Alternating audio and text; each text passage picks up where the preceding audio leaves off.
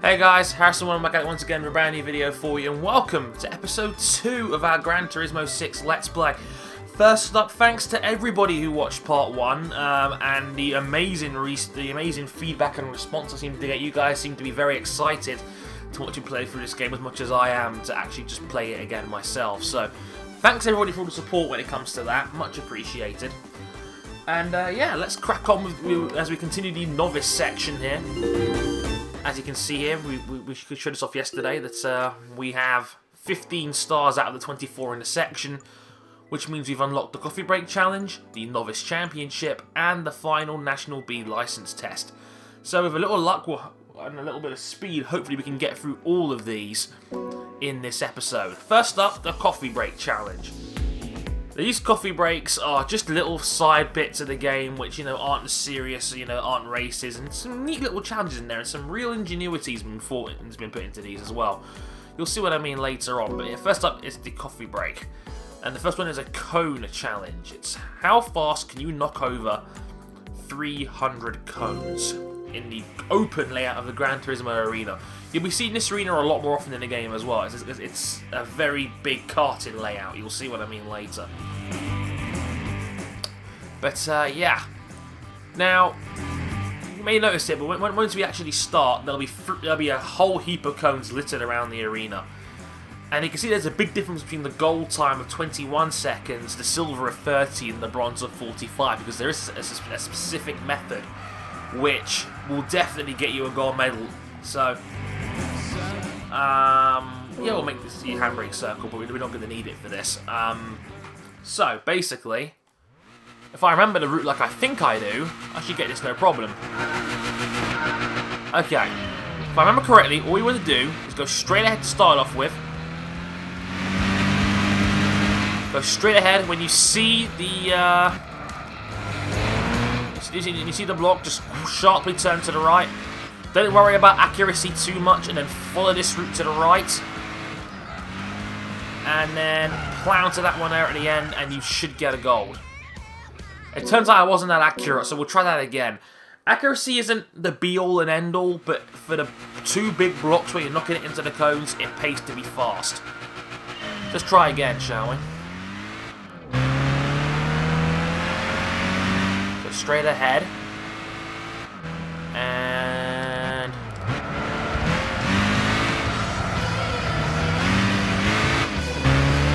see it through here, through here, through here, and then through the bits, and that should get you a gold if you're quick. I wasn't that quick, unfortunately. Like I said, if you get it right, you don't need to be particularly accurate, because you'll easily get 300 cones, and hopefully you'll shave half a second off to be able to do it quickly. Let's try that one more time. Okay, so through the middle.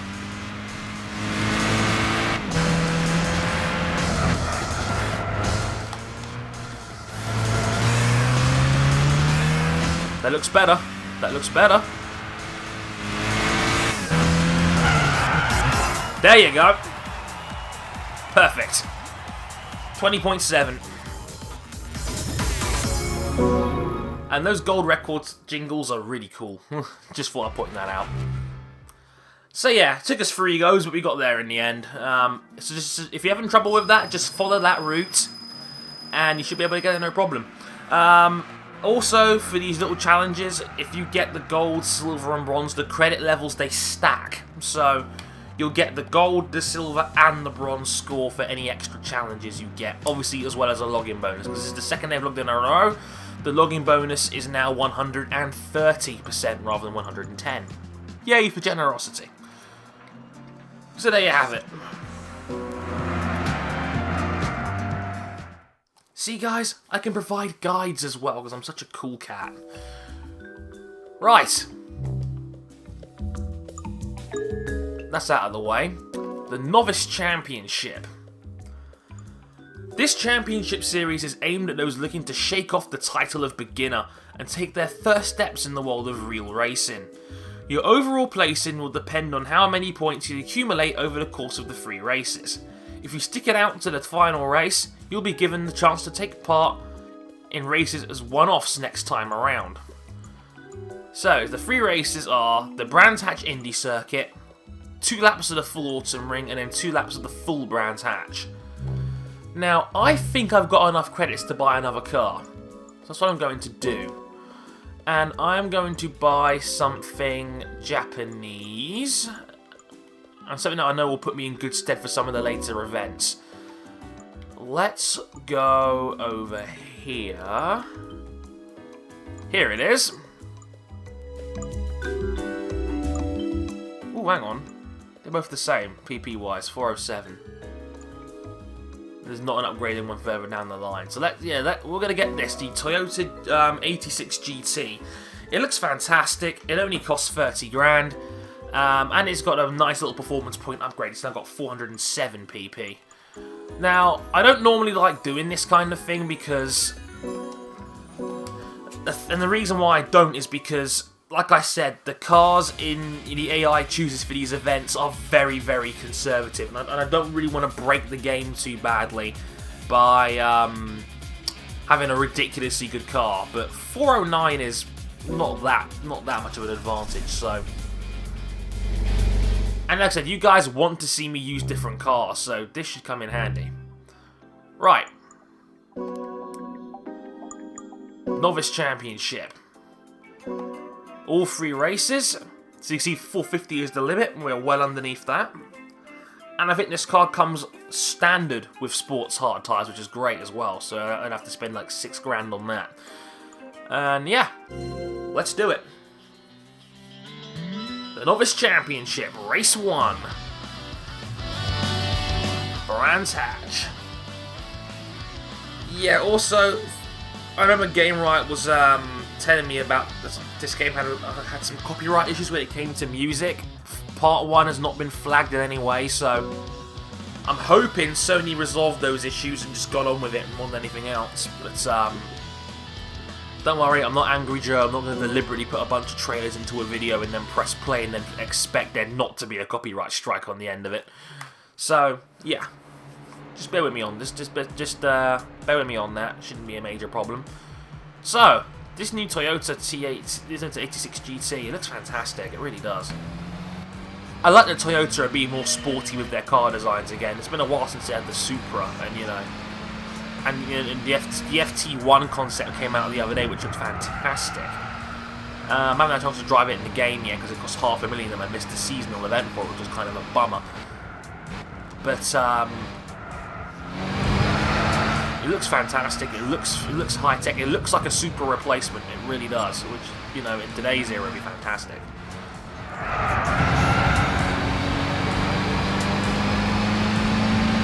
So yeah, just passing these guys. Now, this Toyota is a fantastic little car. So fun to drive. You know, I may have the best car in here, but you know what? You're not given a lot of time to chase these dudes down. You've only got 2 laps to play with, so if you make a mistake, you could be in some trouble here. As the MR2 goes for the pass on the leader, he could end up going 3 wide here through the front. He's switching over here. Got to go down the inside instead. Into the paddock hill bend, and yeah, that's lovely.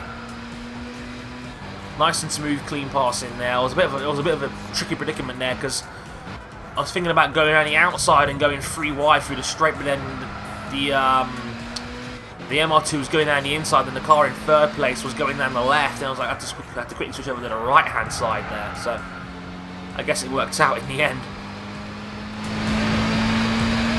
Also, want me to tell you about the difficulties I had of getting this series going? I could have started this series maybe 2 weeks ago. But I had some technical hiccups. I bought 1 set of component cables off Amazon. Didn't work in my Hopodge HD PVR. I went to game in Ealing Broadway, on my local game. Those guys in might know where I live roughly. It's the Ealing kind of area. I live in Greenford pretty much. If you guys know Arava on YouTube, me and him live like 10 minutes apart from each other. It's ridiculous. He's actually been to my house and we've met in person on 2 or 3 occasions, which is pretty neat.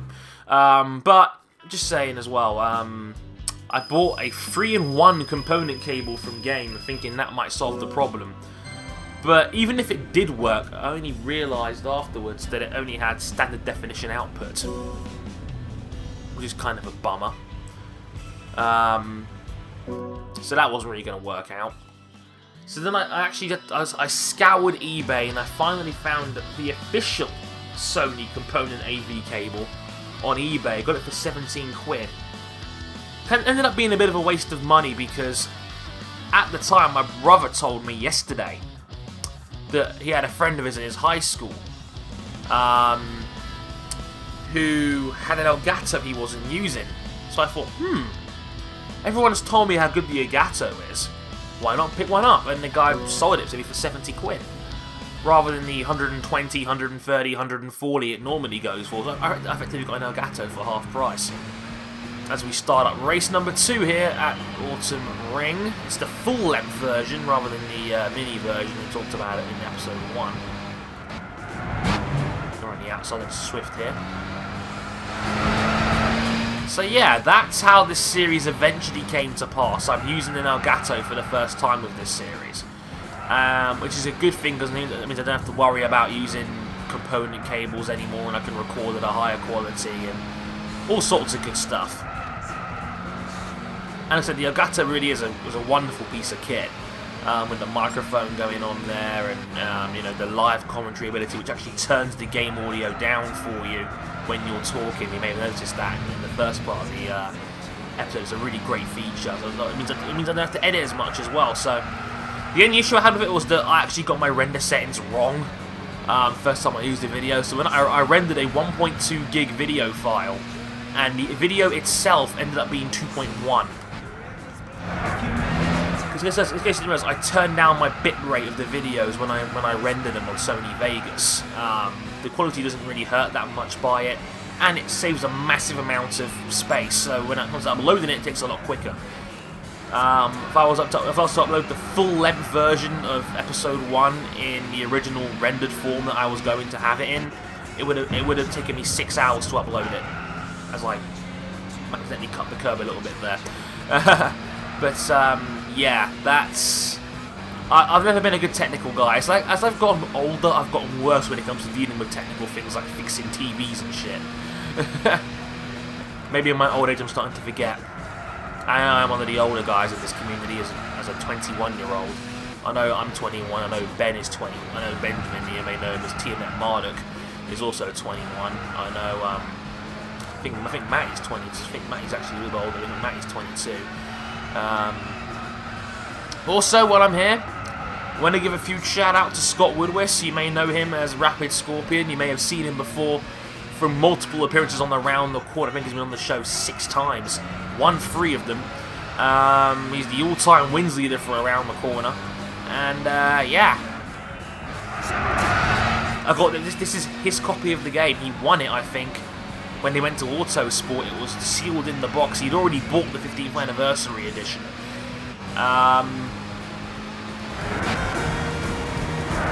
Which is pretty neat. So, and I bought it off him. So this copy is Scott's. So everybody say thank you, Scott, for allowing me to have this Let's Play on his channel because it's his game at the end of the day, and I bought it off him. So yeah, I would never have done that if it wasn't for him. So, you know, cool guy. Woodwis is one of the nicest guys I've met since I started doing this whole YouTube thing. So, props to the man. He's a very cool dude, a pleasure to work with as well. And for those that have been asking me, Around the Corner will be coming back very soon. I can tell you now, it'll be back probably at the end of next week after the Bahrain test. So, the third and final Bahrain test. So, yeah, look forward to that. I know a certain Australian fella has been dying to get on the show since its inception, and I will try my very best to get Mr. Marduk on the channel because Benji is a good friend of mine. He's a great guy, and he's been a big fan of the show for a long time. So that's great, and I'll definitely want to get more guys on there. I know people who are dying for me to get into the barrier on the show sometime, and I will one day. He's still in Africa right now, camping it up. He's coming back, I think, at the end of March. So maybe when the season gets on the way, we'll finally get into the barrier on there because the fans have been dying for that one. So stay tuned to that as well. Anyway, here's the final Grand Prix. It's at Brands Hatch. Don't worry, the game hasn't frozen, it's just the loading times really are this bad. This is one of the very few issues I have with this game, and you know, it's not... This game is fantastic, like, top to bottom, it's very solid. But one of the issues I have with the game is that when you get into the bigger events and the deeper events, the loading times can get a little bit extensive. Like, they'll keep you on the same start screen for like 15 seconds, and it's a bit ridiculous. And also, yeah, this is the final race of the championship. This is Brands Hatch at night. Very cool looking.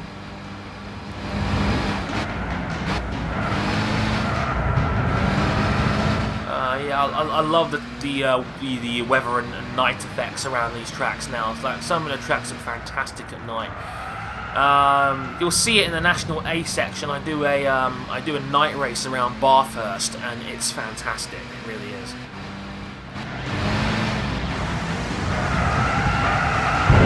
Oh, little nudge there. My bad. Yeah, this Toyota GT86 is a wonderful little car. It really is. I believe there's a 15th anniversary version as well.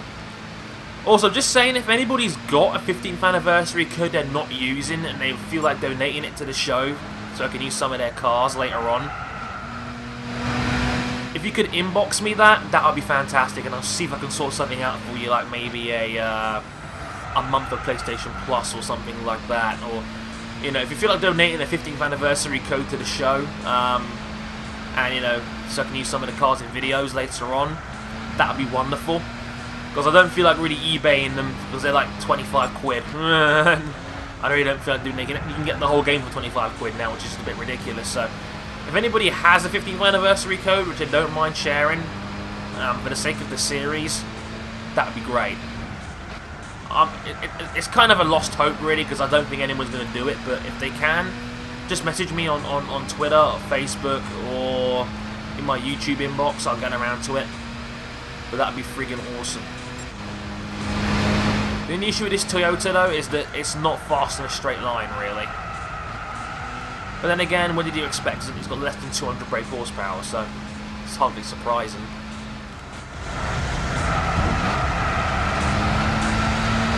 That's a nice bit of steering there. This car is so responsive.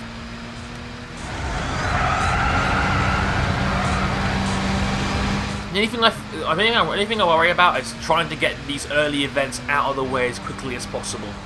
Because I'll say this for free, this game doesn't really get that exciting until maybe the International B section. And like the National A license has over 100 stars in it, so it's going to take a little while for me to get through some of that. But hopefully it'll turn out good in the end. So I wouldn't worry too much about that. I will try my best to make it exciting, and I will try my best to mix up some of the cars I use as well, so just bear that in mind. But look at that, the sun setting at Brands Hatch is fantastic. It looks superb. This racing game really is kind of a final swan song for the PS3, really, and what the PS3 can still do, even like 6 years afterwards. It's just a damn shame that Sony couldn't get this game out before the PS4 came out, because it killed it. It killed any and all hype that this game would have gotten because of the PS4, and because these consoles aren't backwards compatible, which I really don't know why they can't be. It's a bit annoying. It really did kill this game in terms of sales. Its sales dropped 80% on GT5, which is just a damn shame.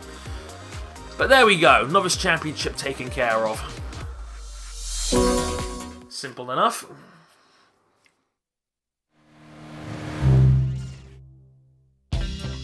So, credit-wise, we get 6,500 roughly for winning the event. So I've pretty much already made my money back on that G86. Nearly already. Did you know that you can take photos of races in replay mode? When watching a replay, select Race Photo from the toolbar to capture the action and all its excitement. Yeah, Gran Turismo absolutely destroys the Forza series in terms of replay quality. It really does. I might show that off later down the line. But we win the Novice Championship. We get a big trophy. And 10,000 credits. It's actually, I think, 8,000 normally. But because of the bonus, it's actually 10,400, which is even nicer. So as you can see, I've already made the money back on that GT86 already, which is awesome.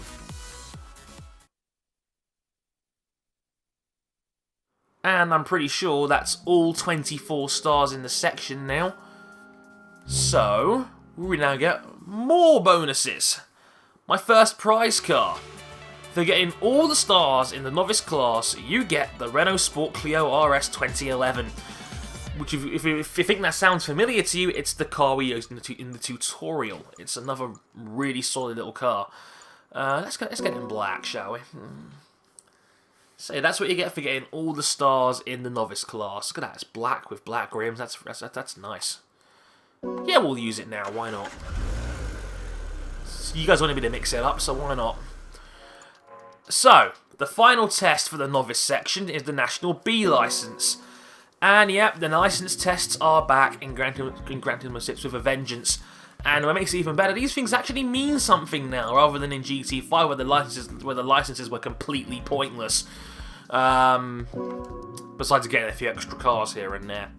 So, the first of the National B license tests, there's only 5 now compared to 10 and even 15 in some previous games, is the old classic 1,000 meter accelerated and braking test.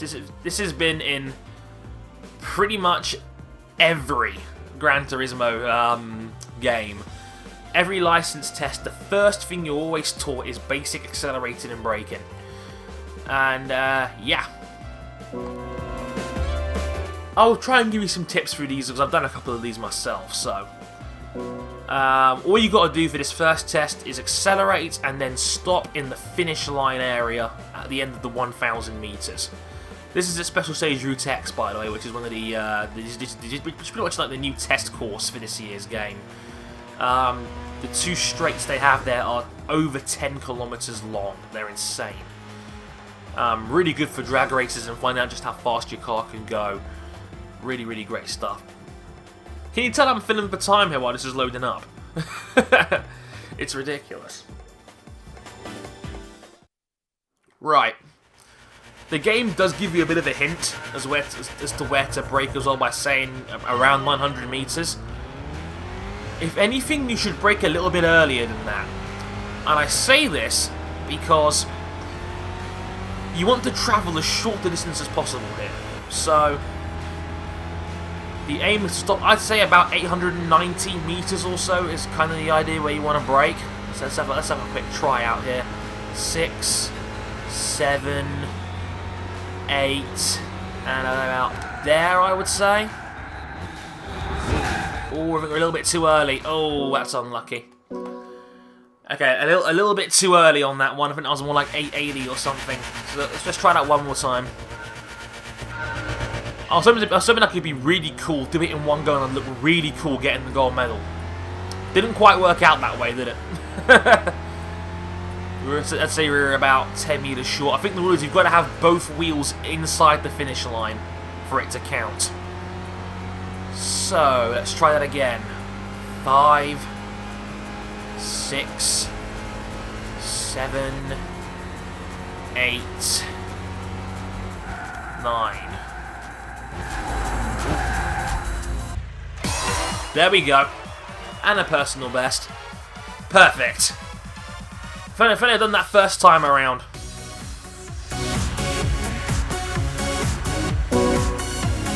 So yeah, there we go. That's the first one out of the way. Look, my really do get harder. So yeah, 32.5 on that one was my old record. There's now a 32.4. So that ought to do it. So that's 1 down, 4 to go. Next up, basic cornering as we go to Apricot Hill Raceway for this one. It's literally just this It's one corner. It's the bottom line, long sweeping left hander which goes on towards the back straight. You don't even have to brake about this one. This test is purely about getting the line right. If you can get the racing line right, you can get gold on this, no problem. You don't even have to brake. That's why the gold and the silver time is so close together, because it's the game tricking you into thinking you need to be close to it.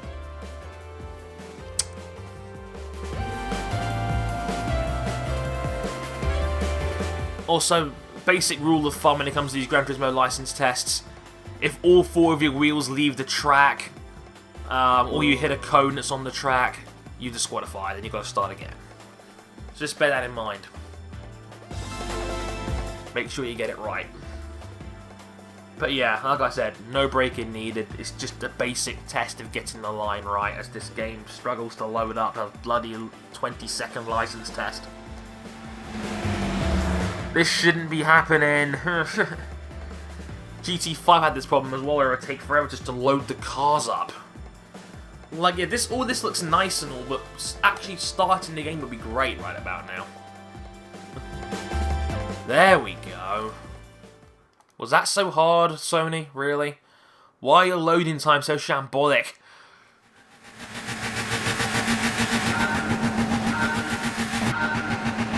Okie doke. As you can see, this is an automatic, by the way, as well, so no, you don't need to change gear either. Just follow the line. It really is that simple. Just you know, obviously just watch your steering. Try to steer as little as possible, because obviously that means less input means more speed. And yeah, it really is as simple as that. Simple. It's the easy. You know what? That's actually easier than the first one. I don't know how you could not get gold on that. Seriously, if you're not even getting a bronze on that test, you probably shouldn't even be playing this game. I mean, seriously, how could you botch that one up? It is really that easy. Right. Test number 3, high-speed cornering. This is the old first corner of Silverstone. Before they changed it around, before they revamped it and put the finish line down towards a new end now, so... As you can see, this is now in the middle of the track, which goes on towards the high-speed section at the end. I can't remember the corner name, to be honest. So yeah, you're using the Renault Megane Sport from 2008. It's got 225 brake horsepower, funnily enough. What makes this test a little bit difficult is because the fact that I think the car is front-wheel drive, so the power and the steering goes through there, so it's really easy to understeer it in this kind of vehicle.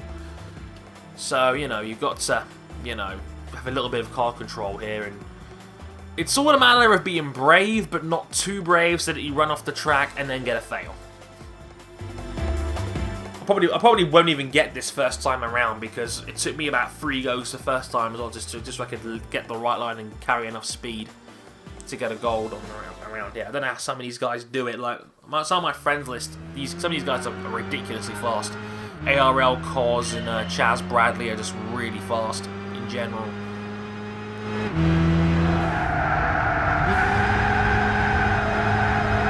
Hopefully something like that.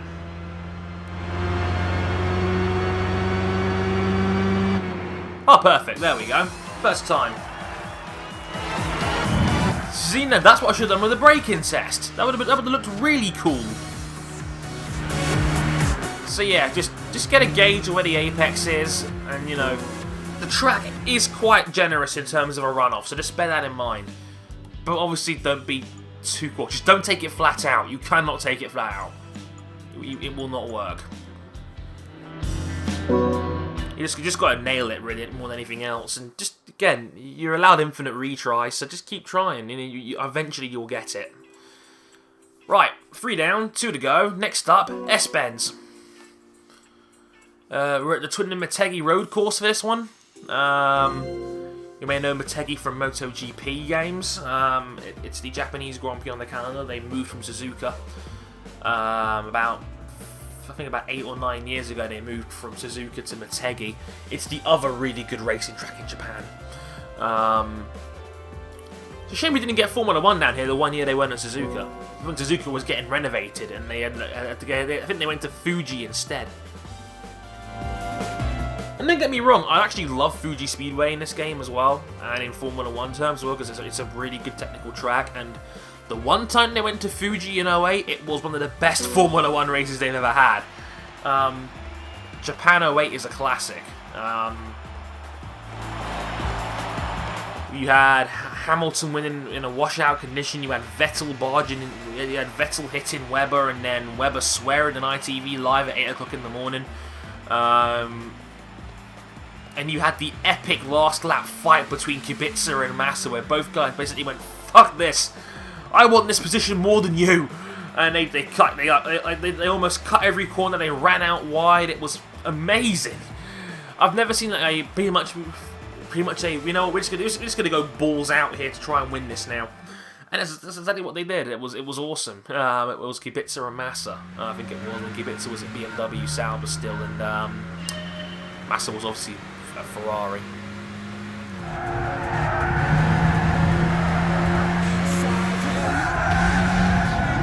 But I was a bit soft on that first corner there, but I think we're okay.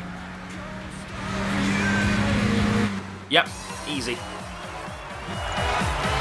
I think my best time was a 15.0, but again, have you noticed the pattern here? How easy it is to get gold on some of these. This is what I'm saying. Gran Turismo 6 as an entire game in general is a lot easier than what it used to be.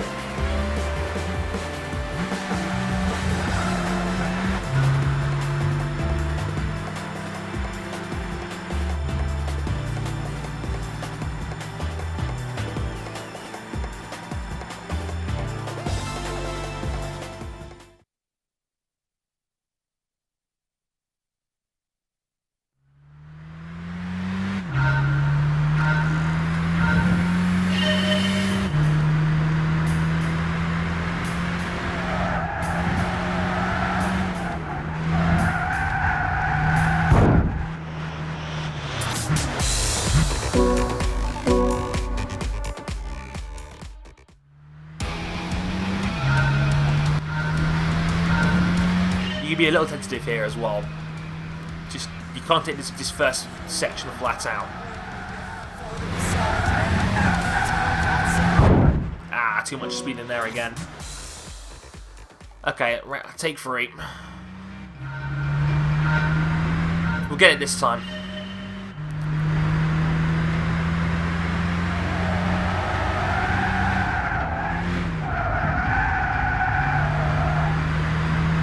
Alright, and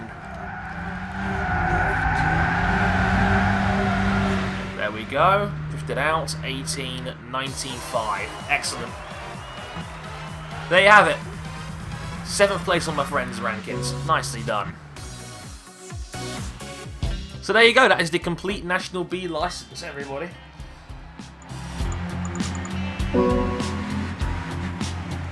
See, not bad at all. Trust me, if I can get all golds on these, so can you. The only thing I'd advise for that last one is don't take too much speed into that right-hand corner.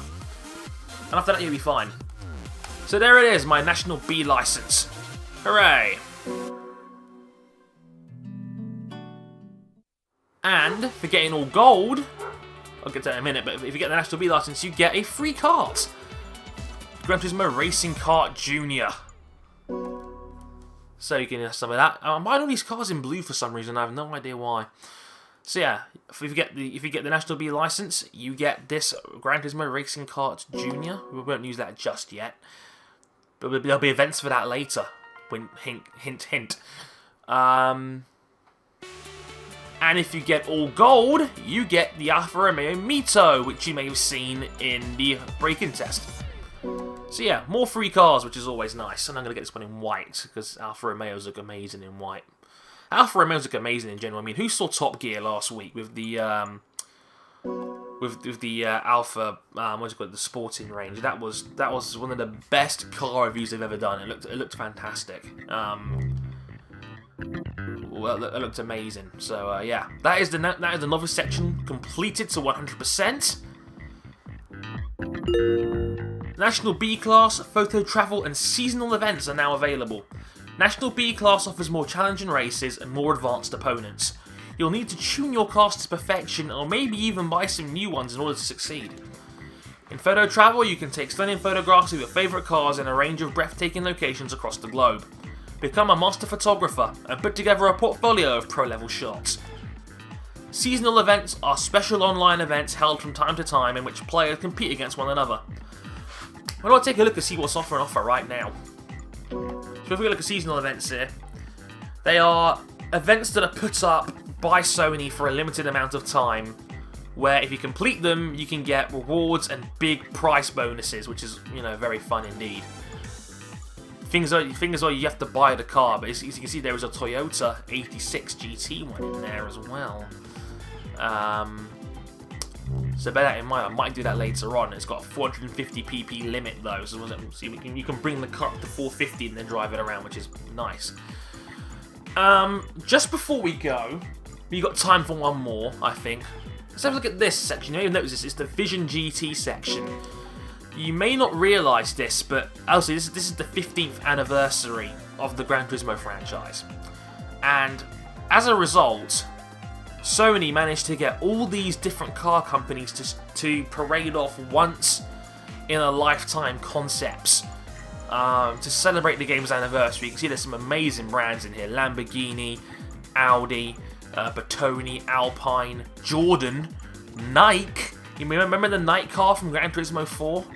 The Nike One 2022, amazing car. Lamborghini, Lexus. Somebody's even teased some of their shots. Well, somebody's teasing their pictures out now. Look at that. Under development right now. So as the game comes out, they'll be releasing these slowly, and I'll be doing separate videos on this in the future. But some of these look absolutely just look truly tremendous. Some of these initial concept drawings are insane. I mean, look at that. Aston Martin there.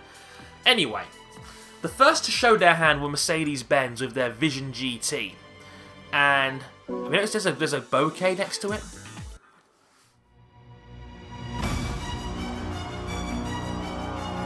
Here it is.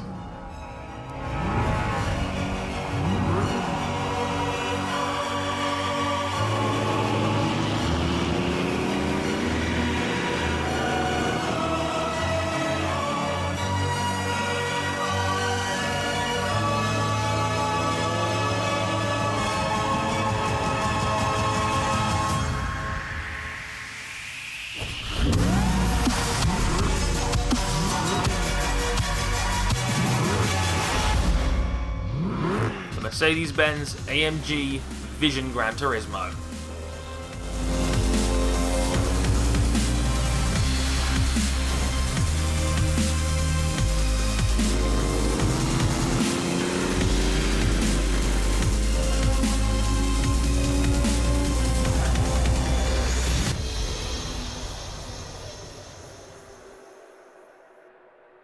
Yeah, it looks utterly brilliant. It really does.